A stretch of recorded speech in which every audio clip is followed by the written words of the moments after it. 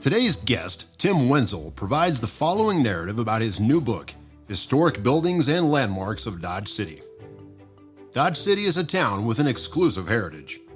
The community knows its legacy is a valuable asset to be guarded and shared. Each generation understands that with Dodge City's historic legacy comes the responsibility of stewardship. In 1976, the City of Dodge City approved an ordinance establishing the Landmark Preservation Committee to identify and protect the city's cultural heritage by designated certain buildings and structures as historic landmarks. Originally, there were 8 designated landmarks. That list has only grown. Other buildings and sites are now included on the Register of Historic Kansas Places and the National Register of Historic Places. When Dodge City's downtown area was listed as a historic district on the National Register of Historic Places in 2009, it was recognized as a distinct district with a visible sense of time and place. The historic district includes 12 blocks of historic buildings constructed in the late 19th and early 20th centuries. In 2022, during the community's sesquicentennial, the City of Dodge City broke ground to revitalize the historic downtown area with a multi-million-dollar streetscape project. The investment was designed to bring new life into the downtown district to attract and accommodate new visitors and businesses. The 2-year project called for creation of a central plaza, new landscaping, street lamps, and other public art, along with infrastructure upgrades, parking, street design, and walking paths. Dodge City continues to experience a cultural renaissance. There is a spirit here that one can feel. You will walk the streets and find Western art in sculptures and murals. Art in public places is now a hallmark of the community. Is it any wonder that Dodge City was named Best Summer Vacation Destination in Kansas in 2023? Today we have a special guest, noted for his contributions to the Dodge City community, Tim Wenzel. Tim is a Kansas City, Missouri native who moved to Dodge City in 1977 after landing his first real job upon graduating from the University of Missouri-Columbia. As a Dodge City Daily Globe reporter, he became fascinated with the history surrounding him. He published his first book, Discovering Dodge City's Landmarks, in 1980. He worked for St. Mary of the Plains College as Director of Public Relations and for the Catholic Diocese of Dodge City as an editor of the Southwest Kansas Register, and then as a diocesan archivist. He was named Archivist Emeritus upon his retirement in 2017. He enjoys the discovery of research and preserving history before it is lost to time. Tim has authored 23 books. Tim, first and foremost, Mike and I would like to say how delighted we are to have you on our show. Over the past 6 years, Mike and I have assembled various aspects of Dodge City's history in our podcast. Today, we want to bring to the show some historical elements of Dodge City through some of its historical buildings. Tim, can you provide our listeners with some insights into why a book about Dodge City's buildings is essential to its history, and why a book on the topic becomes vital to future generations? Also, can you tell our readers how such a book is organized? Thank you, Brad. The book is really identifies certain buildings with historic relevance to the community. These are important buildings, and as we will talk about, they have a distinct place in the history of Dodge City. The book itself it's organized so that a person can take an armchair tour through Dodge City's streets. It starts at Boot Hill. Boot Hill leads off the book, and it just expands there. So someone could actually use the book as a guide through sauntering through the town of Dodge City, or take an armchair guide at home. Tim, your book contains over 100 historic buildings and landmarks, and covering all of them in one podcast would be challenging. Today we've selected just a few landmarks and buildings that might give our listeners some of their significance. The first building on today's list is the Hardesty House, located on the grounds of Boot Hill Museum. The Hardesty House, a Victorian Gothic revival villa with bay windows and gingerbread verge boards, was constructed in 1878 by A.B. Webster of Dodge City. Can you provide a short synopsis of the Hardesty House and how it became a city landmark in 1977? Yes, the Hardesty House is one of the real treasures in Dodge City. It's a 19th century residence, but it's much more than a house. It has a presence in that the lines of the structure are against the horizon. They are really remarkable. You mentioned the bay windows. The bay windows, we think we have bay windows in homes today, but these bay windows extended from the house so that they were small rooms. You could place chairs in these window areas and as like little sunrooms, actually. And the one significant feature of one of the bay windows is a 2-story bay window. So there's a bay window on the first floor and then again on the second floor. And that's just remarkable. It's a very interesting feature. We say the Hardesty House. Well, there's always a name. There's always a story behind the name. Colonel Hardesty was a cattle baron and had a very large cattle herd.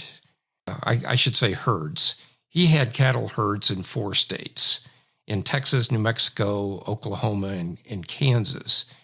And actually, Hardesty, Oklahoma is named for him. The fact that he lived in Dodge was sort of interesting. He had his business throughout the Southwest, but he chose Dodge City as his home. And this particular house, it was a place. It was an early show place in Dodge City, and his home. He always had a Christmas ball in his home, and it was considered the social event of the year. Tim, I love how you mentioned that the Hardesty House itself has a presence of its own. I can certainly speak to that, having done some fairly significant work in the house when I was working for Boot Hill Museum. Just being in that home, it's the history of Dodge City really comes alive. It's palpable. It's part of the atmosphere. You're literally breathing it in. Just sort of being a part of the family and the legacy that made Dodge City what it was and is. Another, I think, interesting feature about the home itself, and you feel free to add to this, is Colonel Hardesty himself. Was he not the brother-in-law of Fred Harvey of the legendary chain of Harvey House Restaurant and Hotels? Yes, Brad. Thank you. Thank you for bringing that up. That's a really interesting story. Fred Harvey, he had the Harvey houses, and he was actually in the depots throughout the entire chain of the Atchison, Topeka, and Santa Fe. Where they had division points, they had significant depots, and Fred Harvey had hotels in these depots, and he had the food service on the rail cars. Now, Fred Harvey had in 1879 in Lacon, Kansas, Fred Harvey had a 4th of July picnic out on Choteau's Island in the middle of the Arkansas River. And he invited guests in the entire town of Lacon, and they all went out to the island and had this picnic. And then afterward, they went back to the hotel in Lacon, and they had a gala dance. Well, during the dance, Colonel Hardesty meets his future wife, Maggie, who was the sister of Fred Harvey's wife. So Fred Harvey and Colonel Hardesty are brother-in-laws. Could you tell us then, maybe briefly, how the house itself came to be located on the grounds of Boot Hill Museum. Right. It was actually, the residence was located a couple of blocks west of the present Boot Hill Museum. Just off of what is now Hardesty Street, am I right? Right, Yeah. Exactly. And it was like in the 800 block, I believe. And the Scully, this was back in 1969. And that's an early period for this part of the country to think about historic preservation. But somebody had the foresight to say, this is a home that needs to be saved. So the Scully Oil Company bought the lots, and they moved the home and gave it to the Boot Hill Museum. Thanks, Tim. That's great. Again, visit Dodge City. Don't leave without visiting the Hardesty House. It's a very much a treasure. Another building located in the downtown area at 701 2nd Avenue, which received much attraction, is the Carnegie Library, constructed between 1906 and 1907. Can you tell us about the unique architecture of the Carnegie Library and who was responsible for its funding, why the building played an essential role in Dodge City's history, and what the building is currently used for? Yes, Brad, the Carnegie Center is perhaps my favorite building in all of Dodge City. I was president of the Arts Council at a time when it being renovated. I stripped a lot of woodwork in that building when it was being renovated. It was actually a Carnegie Library, which Andrew Carnegie made his money in steel, and when the country was growing in the East and in New York and Chicago, those buildings all had steel girders in them, and he made a lot of money. But he was a philanthropist, and he wanted to give back to the communities, and so he actually sponsored libraries throughout the country. And Dodge City's Carnegie Library is one of more than 1,600 public libraries that he built throughout the country. It's just remarkable. The library here was constructed between 1906 and 1907. It has a very unique architecture. I just have to paint a picture for you. The building has a corner entrance, which means it sort of commands the intersection of Second and Spruce, and it's a round building. In architecture they call round buildings a drum. So it's actually a 2-story drum, and it has a dome. And this is one of the few domed Carnegie Library buildings that was constructed in the country. So its architecture is very unique. The style is actually called Beaux Arts. Now that's a fancy French term for architecture with decorative detail. The pediments, the arches above the walls have bas-relief sculptures in them, and the windows throughout the structure are leaded stained glass. It's just a remarkable building. So when you go in, there's gallery spaces. The second floor is the whole room is a round gallery, and above it is the dome, and you can see the windows, the stained glass windows. The sunshine comes through the top into the stained glass, and it's just a remarkable sight. I agree with you, Tim. That building is really unlike anything else in Dodge City. It definitely commands that intersection. It stands out in just a beautiful, beautiful way. So, Tim, following its use as the city library, can you tell us what else has been in the building, what it's currently being used for over the remaining years? Right. The library outgrew the facility, and the library relocated in like 1970. And after that, for 10 years, it had a variety of uses. It was restaurants, cafes, and even nightclubs, and they had some pretty interesting names. One, since it's a red brick building, the first restaurant there was called the Red Palace, and then it was known as Casey Jones Junction, and then it was the Cream Cup, and then one of the nightclubs was actually called the Library, and then Opera House 21. But so it had quite an interesting couple of lives before it became an arts center for the Dodge City Area Arts Council.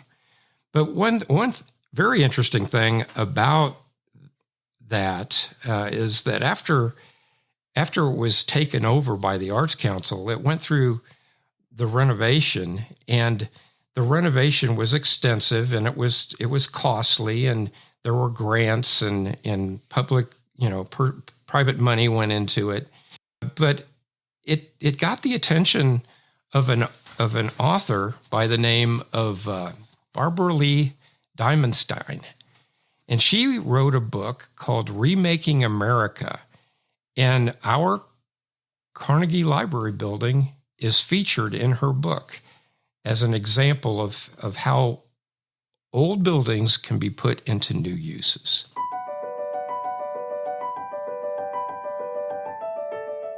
One building that many people, even in Dodge City, may need to be made aware of its history is the Variety Store located at 501 2nd Avenue.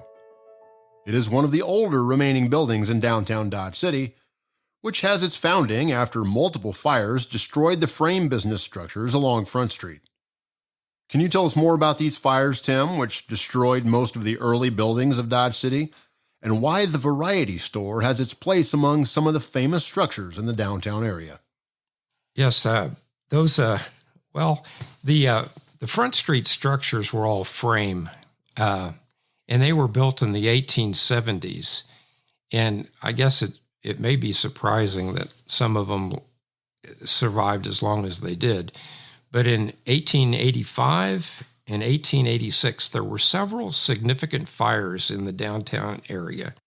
And these frame structures, when they had a fire, the entire block burned because each of the structures shared a wall. There was no space between the buildings. They shared a wall, and so when these fires started, they just kept going, and they would take a whole block. And there were some significant fires in both January and December of 1985 that destroyed blocks of buildings, and then again in August and December of 1886. And I was reading some news clippings of some of the I guess the last fire in December of 1886, and the reporter or editor said that it actually was a blessing, because I guess the proprietors, if they didn't need to rebuild, they didn't. So I guess the 1886 fire was significant in that the frame structures, the last remaining frame structures actually were consumed in that fire.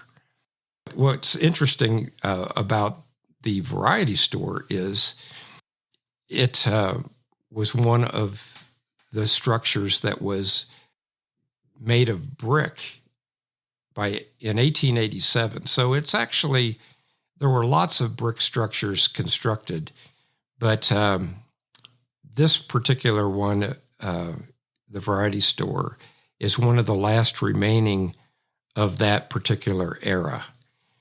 And it's appropriately named variety store because of the many different businesses that have been in it for more than 100 years. The structure itself is a two-story red brick structure with very large, very tall second-story windows. Now, the first floor was where the businesses were located.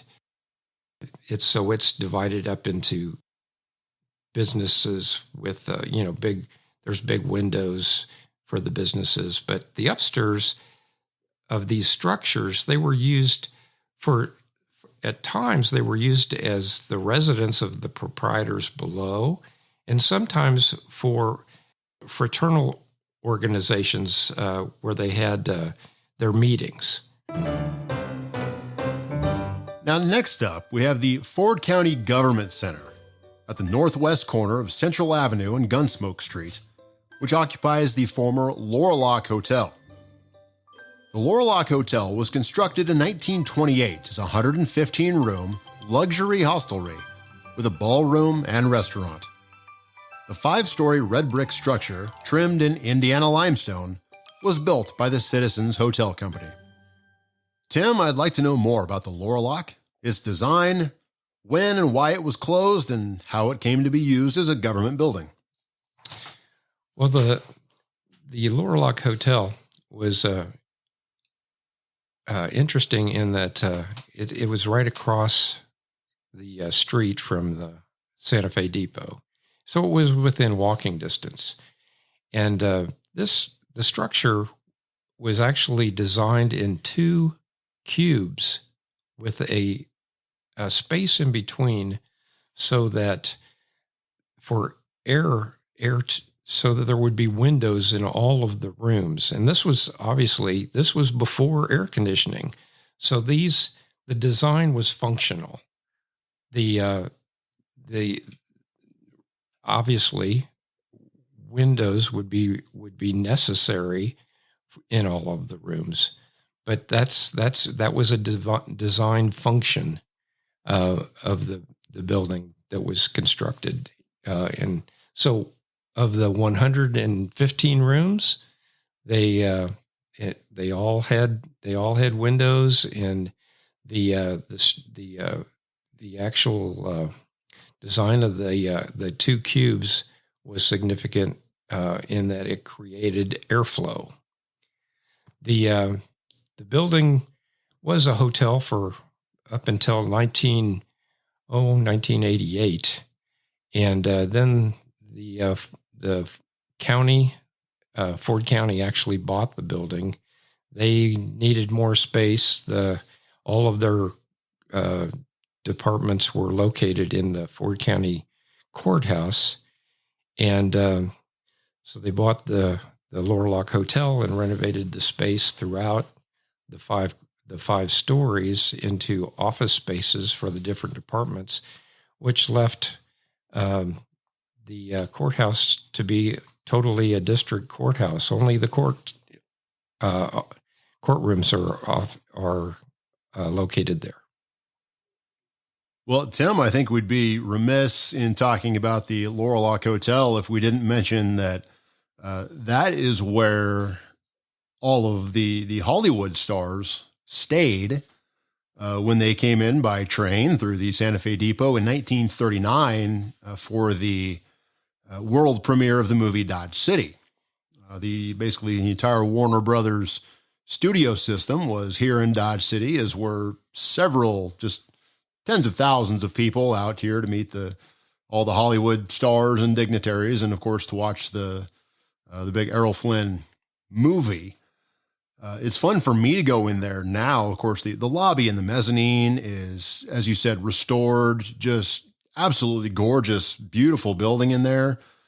We'd actually talked about seeing if we, when my wife and I got married, we considered that as a venue actually to hold our wedding. It's just absolutely beautiful in there. And today, of course, is the county building. I go up there and pay my taxes and car registration and such, literally right across the hall from my great-grandmother's office when she was the head of housekeeping there in the 30s and 40s. So that's kind of fun for me as well. And visitors to Dodge City, absolutely make a stop in there and just go check it out. Of course, during government business hours.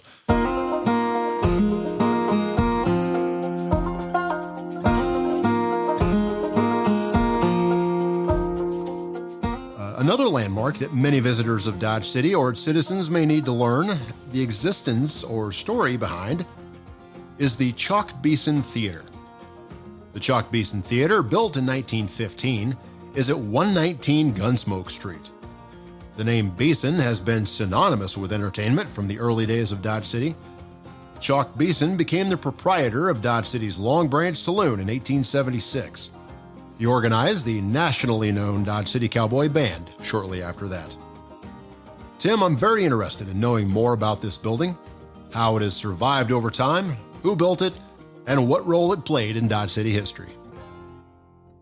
Well, Brad, the Beeson Theater sits on a corner of Gunsmoke and First Street, and today it's just a business structure, but at one time it was a place where theatrical troupes and vaudeville acts came to perform in Dodge City on a stop between Kansas City and Denver. So it was a playhouse where people went for entertainment, and as technology developed and then movies were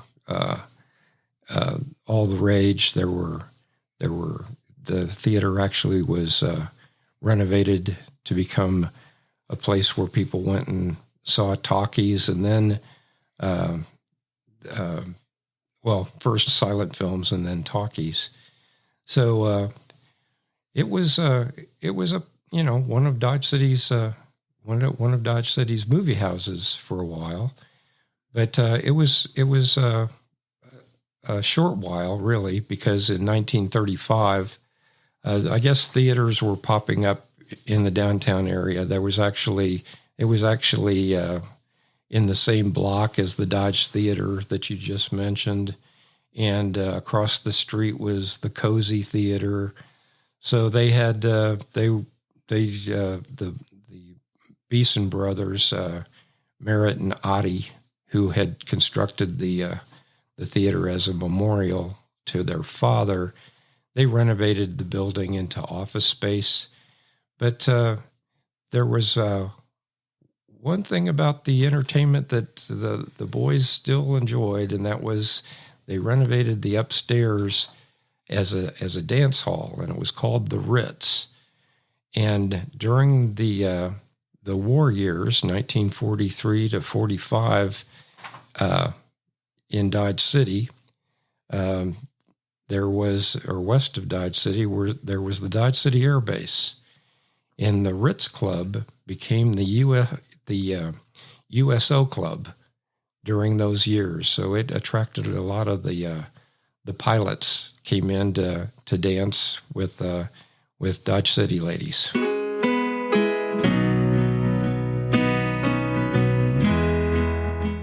Another landmark we absolutely have to mention is in Wright Park, called the Hoover Pavilion, a public meeting hall named after Dodge City's first elected mayor, George M. Hoover.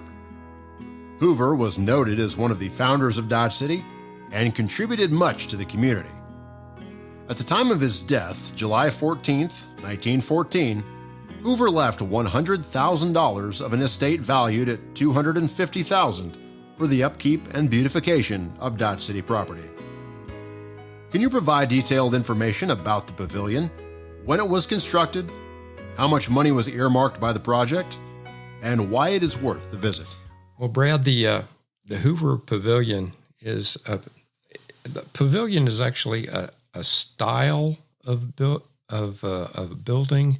It means open air, and there are arches on all four sides of the Hoover Pavilion, and those at one time were open for air ventilation. But that over time, when they would want to use the building in the winter, they couldn't heat it, and then the just elements, rain and so in the 1952, the building was actually transformed, and the archways were redesigned as windows and doors. And today it's a venue for wedding receptions. It's used during the summer for the it's used for the International Festival, and people can always rent the place out for picnics and family reunions. So it gets a lot of use. And to think it was constructed in 1915,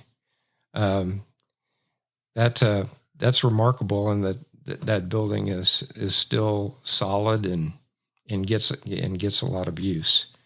The style of the building, it's got a red clay roof, and the walls are dressed in stucco, and so it fits in well with the community. Hoover himself was one of the founders of Dodge City. He actually had something to do with why Dodge City is located where it is today. Hoover was out at Fort Dodge, and he sold liquor in the sutler's store, and I guess the commandant out at the fort at some point decided that he did not want liquor available on the military reservation, and the military reservation extended 5 miles west of the fort. So Hoover gathered up his whiskey barrels and put them in a wagon, and he measured off. He actually tied a bandana to a wagon wheel, and he measured off the distance of 5 miles. And once he got 5 miles away from the fort, he dropped the tailgate of the wagon, and that's where he set up the first. That's where he set up the first business in Dodge City, or what would be Dodge City. A great hero, or should be a great hero to entrepreneurs everywhere. Hoover, of course, died one of the richest men in the state of Kansas, actually, at the time. And his theory was he had made his money in Dodge City, and by God, it was going to stay in Dodge City. So, and visitors today through Dodge, they can very much still, just in walking the streets, and certainly a visit to the Hoover Pavilion, they can see what that money has really done for the community. Right, and that Hoover Fund is still in existence today. It still helps in beautification of the parks in throughout the community. Over 115 years after he's dead, his money is still doing this town good. That's pretty awesome. The last building we want to mention in this podcast is the Home of Stone, known as the Mueller-Schmidt House, located at 112 East Vine Street. The house was constructed between 1879 and 1881 and is one of the oldest homes in Dodge City. I would also like to mention that a Bat Masterson statue is adjacent to the house, which is the only statue of its kind in existence today. We hope to be able to provide more information about the statue when we do part 2 of this series covering the topic Dodge City's historical landmarks. Tim, the Home of Stone is a fascinating structure with multiple stories that provide the visitor with the integration of contributing members to the economic founding history of Dodge City. Can you give us a detailed description of the Home of Stone, including when it was built and the occupation of the home's first owner?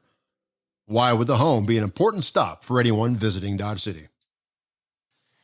Well, Brad, the Home of Stone is made of solid limestone that was quarried on the Sawlog Creek about 12 miles northeast of Dodge City.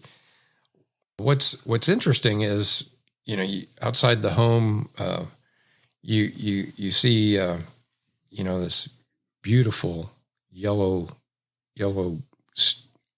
limestone structure, and you get inside, and it's somewhat smaller than you anticipated. And the reason for that is those walls are 2 feet thick. It was quarried that way for insulation, and it's durable. You just look at that structure and you walk all the way around it. There are no cracks in that structure at all. It's just a beautiful home. It's got a 2-story balcony above the entryway that was actually a balcony outside one of the bedrooms on the second floor. The home is owned by the Fort County Historical Society, and they have tours in the summer. It's full of Victorian furniture. The Home of Stone is also known, by 2 prominent owners, the Mueller family and the Schmidt family. The first owner was John Mueller. He was a bootmaker and a cattle rancher in Dodge City. And he had some bad luck in Dodge. The same year, 1886, there was a blizzard that came through southwest Kansas, and it destroyed his cattle herd. And then his business on Front Street was his boot shop was destroyed by fire. So after that devastating year, he packed up and moved to St. Louis. The next family that occupied the home was Adam Schmidt. He was a blacksmith, and he purchased the home in 1890, I believe, and there were members of the Schmidt family in that home until 1960. One of the Schmidts, his name was Heine Schmidt. He was a postmaster for Dodge City, but most people knew him as Dodge City's historian. He knew a lot. He'd lived through a lot of Dodge City history, and he ended up writing a history column in the High Plains Journal for a number of years. And then in 1952, he published a book of his articles, and the book is entitled Ashes of My Campfire. That's probably one of the early Dodge City books that if you're into Dodge City history, you want to try to get a copy of that. It's been out of print for years, so you're gonna have to search high and low for a copy of that one. But the Home of Stone is a magnificent structure. It was probably one of the first structures in Dodge City named to the National Register of Historic Places. Well, Tim, I feel like we could talk for 8 days just about the wonderful historical buildings and locations and sites, and just the area of Dodge City that is so valuable to not only our local historic and cultural heritage, but wonderful sites to visit for the tourists and the guests, the visitors from all across the world as they come through Dodge City to really understand what we here as Dodge City is all about. Tim, before we close today, I want to let our audience know how they could purchase your most recent book, Historic Buildings and Landmarks of Dodge City. Additionally, is there anyone you would like to thank for helping you produce this book, and why those interested in Dodge City history should own a copy? Sure, Brad. I'd be remiss if I didn't thank some people. I had a wonderful photographer. His name is Gentry Heimerman, and he illustrated the book, with color photos, and he's even got some drone shots in the book, which was fun for him, and it's fun to see aerial shots of certain places. But he did a wonderful job. And then Cindy Veerthaler with the Spearville News. Throughout, I'd say 40 years, she has actually done all of my page design for my books. And she did a wonderful job of, I do the research and I write the words, but the pictures and the design, the photos, they bring things to life. And so that's why I want to thank them, because they're really part of a team. Another part of the team would be two foundations that actually provided grants for this project, and those would be the Southwest Kansas, the Community Foundation of Southwest Kansas, and the Mariah Fund. I really appreciate their support. The book is available at the Boot Hill Museum, the Carnegie Center. You'll not only want to go in and purchase a book, but you'll want to take a tour of that building. And let's see, it's out at the Cathedral Gift Shop and the Home of Stone. Those, you can find that book in 4 retail places in Dodge, and it's also available on Amazon. Thank you, Tim. That's it for now. If you'd like to purchase any of Tim's books, you can check out the links on the description page of this podcast. Remember to check out our Wild West Podcast shows on iTunes or wildwestpodcast.buzzsprout.com.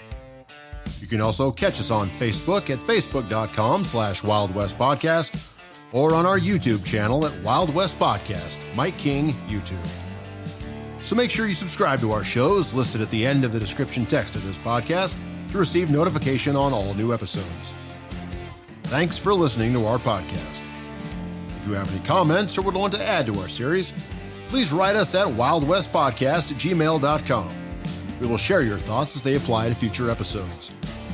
Stay tuned next time as we return to the Trails to the Washita Part 5, the March of the Kansas 19th.